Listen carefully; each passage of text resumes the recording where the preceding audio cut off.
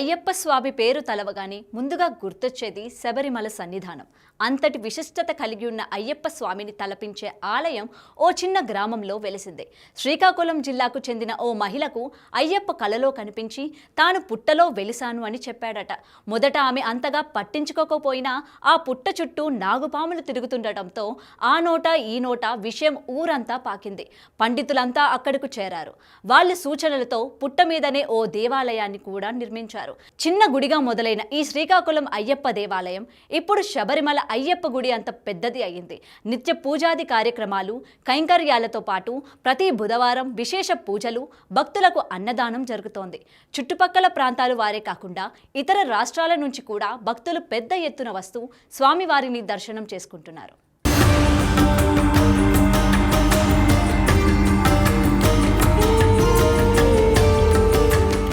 అయ్యప్ప స్వామి అనగానే మనకి గుర్తొచ్చేది శబరిమల. అంతటి శబరిమల ఆలయాన్ని మించేలా కూడా ఉమ్మడి శ్రీకాకుళం జిల్లాలో కూడా ఒక ఆలయం ఉంది. ఇంతకీ ఎక్కడ దేవాలయం, దాని విశేషత తెలుసుకోవాలని ఖచ్చితంగా కూడా మనం ఆ గ్రామం వెళ్లాల్సిందే.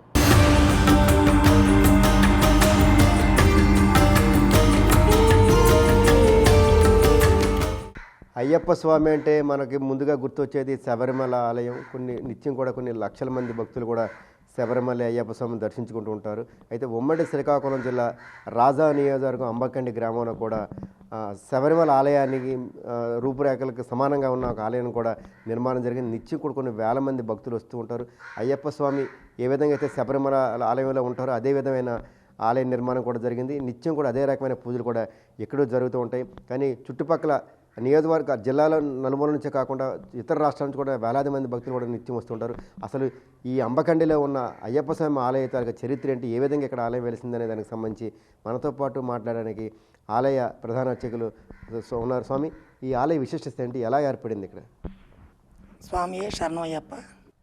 ఈ ఆలయం స్వయంభూగా స్వామి 2017లో స్వామి నేను ఇక్కడున్నాను, ఒక సర్పరూపంలో మణికంఠుడిగా ఇక్కడ పొట్టలో వెలసాను కాబట్టి నన్ను ఆరాధన చేయండి అని ఒక స్త్రీకి, శ్వాసపిల్లి చిన్నమ్ముడు అనేటువంటి ఆవిడకి కల్లో కనిపించి చెప్పడం, దానికి ఆవిడ ఊర్లో ఉండేటువంటి పెద్దలకి, భక్తులకి అందరికీ కూడా ఆవిడ తెలియపరిచి వారందరి ద్వారా ఈ పుట్టలో వెలిసినటువంటి అయ్యప్ప స్వామికి దేవాలయం నిర్మించాలి అనేటువంటి ఉద్దేశంతో ఆలయాన్ని 2023 మే 1, 2, 3 తేదీల్లో వీరఘట్టం వాస్తవ్యులు సర్వజోస్తుల లక్ష్మీ నృసింహశర్మ యాజి గారి ఆధ్వర్యంలో అంగరంగ వైభవంగా ఈ ఆలయ ప్రతిష్ఠ అనేటువంటిది జరిగింది. దీనికి స్థలదాతలుగా శ్వాసబిల్లి వంశస్థులు శ్వాసబిల్లి సత్యనాయుడు, రామకృష్ణనాయుడు ఇలా అందరూ కూడా వాళ్ళు ఈ స్థలాన్ని ఇస్తే గ్రామ ప్రజలు అలాగే పక్కుండేటువంటి గ్రామ భక్తుల సహాయంతో ఈ ఆలయాన్ని నిర్మించడం జరిగింది. సార్, ఎటువంటి పూజలు జరుగుతూ ఉంటాయండి ఇక్కడ జనరల్గా? ప్రతిరోజు కూడా నిత్యం స్వామి సుప్రభాత సేవతో ఈ ఆలయాన్ని తెరుస్తామండి. అలాగే స్వామివారికి నిత్య అర్చన, అలాగే మహాభోగాన్ని స్వామివారికి నివేదన చేసేస్తాం. అలాగే సాయంత్రం మళ్ళీ స్వామివారికి నిత్య ఆరాధన, అలాగే కర్పూర హారతి, స్వామివారికి ప్రీతిగా పవలింపు సేవ, హరిహరాసురం అనేటువంటి శ్లోకంతో స్వామివారికి పవలింపు సేవ అనేటువంటివి నిత్యం జరుగుతాయండి. అలాగే ప్రతి బుధవారం కూడా స్వామివారికి ఉదయం 5 గంటల నుంచే భక్తులందరూ కూడా వస్తారు. 5 గంటలకు మేము సుప్రభాత సేవ చేసేసి భక్తులందరి సమక్షంలో 7 గంటలకి రుద్రాభిషేకం అనేటువంటిది, అలాగే పంచామృత అభిషేకం, రుద్రాభిషేకాన్ని మేము ప్రతి బుధవారం కూడా జరిపిస్తాం. దీనికి విశేషం ఏంటంటే ఇక్కడ జరిగేటువంటి అన్నదానానికి ఎవరైతే ఆ రోజు దాతలుగా ఉంటారో వాళ్ళ చేతే ఈ అభిషేకాన్ని చేయించడం అనేటువంటిది జరుగుతుంది. తర్వాత స్వామివారికి నీరాజన మంత్రపుష్పాలు, మహానైవేద్యాన్ని స్వామివారికి పెట్టడం, అలాగే శరణఘోష అనేటువంటివి ప్రతి బుధవారం ఉదయం జరుగుతాయి. సార్, శబరిమలలో ఉన్న స్వామికి అటువంటి పూజలు ఇక్కడ జరుగుతాయి, లేకపోతే ఇంకా ప్రత్యేకమైన పూజలు ఏమైనా ఉంటాయి? శబరిమలలో ఆడవాళ్ళకి ప్రవేశం లేదు సార్. కానీ ఇక్కడైతే మాత్రం ప్రతి ఒక్కరికి కూడా ఆలయ ప్రవేశం అయితే ఉంది. ప్రతి ఒక్కరూ కూడా ఇక్కడ దర్శించుకోవచ్చు. స్వామి నాకు ఇది కావాలని, వీళ్ళు రావాలి వాళ్ళు అక్కర్లేదని ఏమి ఇప్పుడు ఎవరికి చెప్పలేదు. ఇక్కడ అంతమంది వస్తారు, పిల్లలు వస్తారు, మహిళలు వస్తారు, అందరూ దర్శించుకొని ప్రతి బుధవారం చాలా అంగరంగ వైభవంగా స్వామివారి పూజలు జరుగుతాయి సార్. ఎక్కడెక్కడి నుంచి వస్తుంటారు? అతి తక్కువ టైంలో ఈ దేవాలయం ఎంతటి ప్రాచుర్యం పొందడానికి కారణం? ఇక్కడ ఈ చుట్టుపక్కల చాలా గ్రామాల నుంచి వస్తారు సార్. అలాగే జిల్లా వారీగా కూడా విజయనగరం, విశాఖపట్నం, మన శ్రీకాకుళం జిల్లా నుంచి కూడా చాలామంది భక్తులు వస్తారు. అలాగే పొరుగు రాష్ట్రాలైనటువంటి ఒరిస్సా, అలాగే దగ్గర ఉండేటువంటి భక్తులు ఈ విషయాన్ని మీ మీడియా ద్వారా తెలుసుకున్నటువంటి భక్తులందరూ కూడా ఆ వీడియోని చూసి ఎలా ఉంటుందో ఒకసారి చూద్దామని చెప్పి వచ్చిన చాలా భక్తులు అయితే ఉన్నారు సార్. జనరల్గా ఇప్పుడు శబరిమల వెళ్ళే భక్తులు శబరిమల వెళ్ళి అక్కడ మాల వేసుకొని అక్కడ వెళ్ళి మాల తీస్తారు కదా, అటువంటి కార్యక్రమాలు ఇక్కడ ఏం జరుగుతున్నాయి? ఉన్నాయి సార్, ఉన్నాయి. మేము ఇక్కడే మాల వేస్తాం. మాకు పాలకొండ మూర్తి గురుస్వామి అని ఆయన చాలా సంవత్సరాల నుంచి మాకు ఈ గుడికి పూర్వమే ఆయన వచ్చి ఊరిలో మాల వేసేవాళ్ళు. అదే ఆచారాన్ని కొనసాగిస్తూ ఈరోజు ఆలయం కట్టిన తర్వాత కూడా ఆయన్నే తీసుకొచ్చి ఆయన ద్వారా మాలలు వేయించడం, ఆయన ద్వారా ఈ ఇరుముళ్ళు కట్టించడం, అలాగే చాలా మట్టుగా ఇరుముళ్ళు కొద్దిగా ఆర్థికంగా ఇబ్బంది అయినటువంటి భక్తులకి ఇక్కడే ఇరుముడి విరమణ కూడా మేము చేస్తూ, అలాగే స్వాములు ఉండడానికి పెద్ద వసతి కూడా మేము కల్పించాం. అలాగే ఆ 41 రోజు కూడా విశేష భజనలు అన్నీ కూడా స్వామి సన్నిధిలో జరుగుతాయి సార్. అయ్యప్ప స్వామి అంటే జనరల్గా కొండ మీద అక్కడ శబరిమల వెలిసారు, కానీ పుట్టలో వెలిసే అయ్యప్ప స్వామి అనేది ఇక్కడే ఉందా, ఇంకా ఎక్కడైనా ఉందండి దేశంలో? పుట్టలో వెలిసిన అయ్యప్ప అంటే ఎక్కడ ఇంతవరకు లేదు సార్.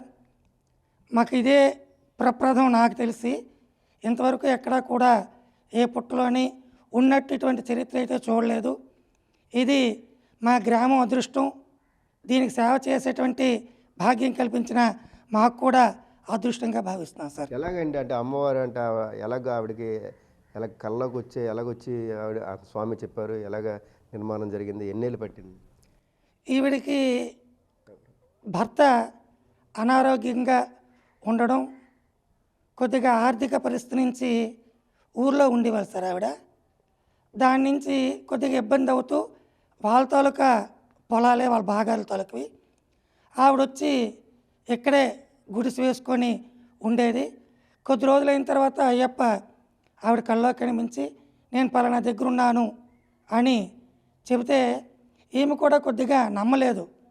నాకేంటి స్వామి ఇలా చెప్పడం ఏంటి అని నమ్మకపోతే ఇలాగే ఆవిడికి ప్రతిరోజు కూడా స్వామి కళ్ళలో కనిపించి చెబుతుంటే ఒకసారి అక్కడ పెద్ద పుట్ట ఉండేది సార్. ఆ పుట్ట దగ్గర కొబ్బరి చెట్టు ఉండేది. పోనీ చూద్దామని అక్కడి నుంచి ఆవిడ స్వామికి పూజలు చేస్తూ అలా ఉండేది సార్. అలా చేస్తూ కూడా ఆమెకి లేని పరిస్థితిలో భక్తులందరూ కూడా వాళ్ళు తెచ్చుకున్న వాటితో ఆ కరువు ఆవిడ చేయడానికి అవకాశం లేని సమయంలో అన్నదాన కార్యక్రమం ప్రతి బుధవారం జరిగేది సార్. ఆ తర్వాత కమిటీ వారు, గ్రామ పెద్దలు, ప్రజలు అందరి సహాయ సహకారంతో చక్కగా ఈ ఆలయాన్ని అభివృద్ధి చేయడం జరిగింది సార్. మొత్తం మీద చూస్తే శబరిమల ఆలయంలో ఏ విధంగా అయితే పూజలు జరుగుతాయో అదే విధమైన పూజలు కూడా ఇక్కడ జరుగుతాయి. అయితే భారతదేశంలో ఎక్కడ కూడా పుట్టలో వెలిసిన అయ్యప్ప స్వామి దేవాలయం అనేది కూడా భారతదేశంలో ఎక్కడా లేదు, ఇక్కడే ఉంది. కొన్నేళ్ల క్రితం స్థానికంగా ఉన్న మహిళకి ప్రతినిత్యం కూడా స్వామివారి కళలో కనిపించి నేను ఇక్కడ కొబ్బరి చెట్టు చుట్టూ కూడా అక్కడే నేను ఉంటున్నాను, అక్కడే నేను పుట్టలో ఉన్నాను, ఇక్కడే నేను వెలయాలనుకుంటున్నాను, ఖచ్చితంగా కూడా ఇక్కడ నాకు ఆలయం వెలయాలని చెప్పి ఆ మహిళకి కళలో రావడం, ఆవిడ మొత్తం గ్రామస్తులందరికీ చెప్పడంతో ఆ విధంగా కూడా గ్రామస్తులంతా కూడా నిత్యం పూజలు చేస్తూ అన్నదానాలు చేస్తూ ఆ విధంగా ఒక 2017 తర్వాత నుంచి కూడా ఎలాగైనా ఖచ్చితంగా ఇక్కడ ఉన్న మంచి నిర్మాణం జరపాలి, మంచి ఆలయాన్ని కట్టాలి.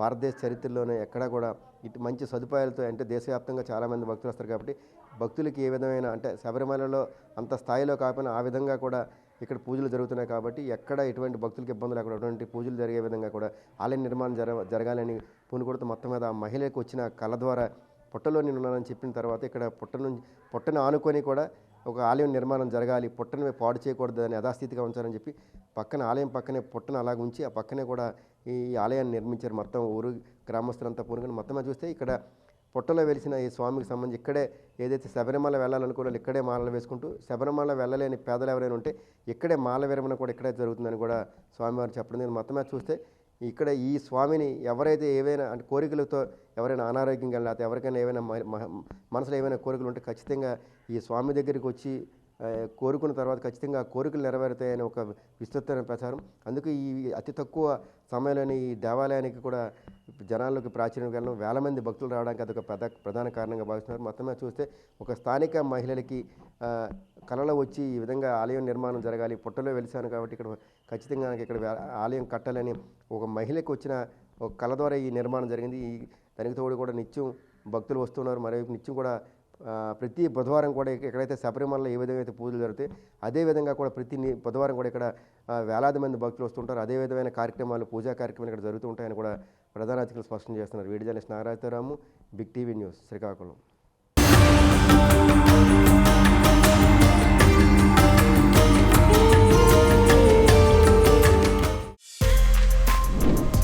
For more videos like this, subscribe Big TV channel.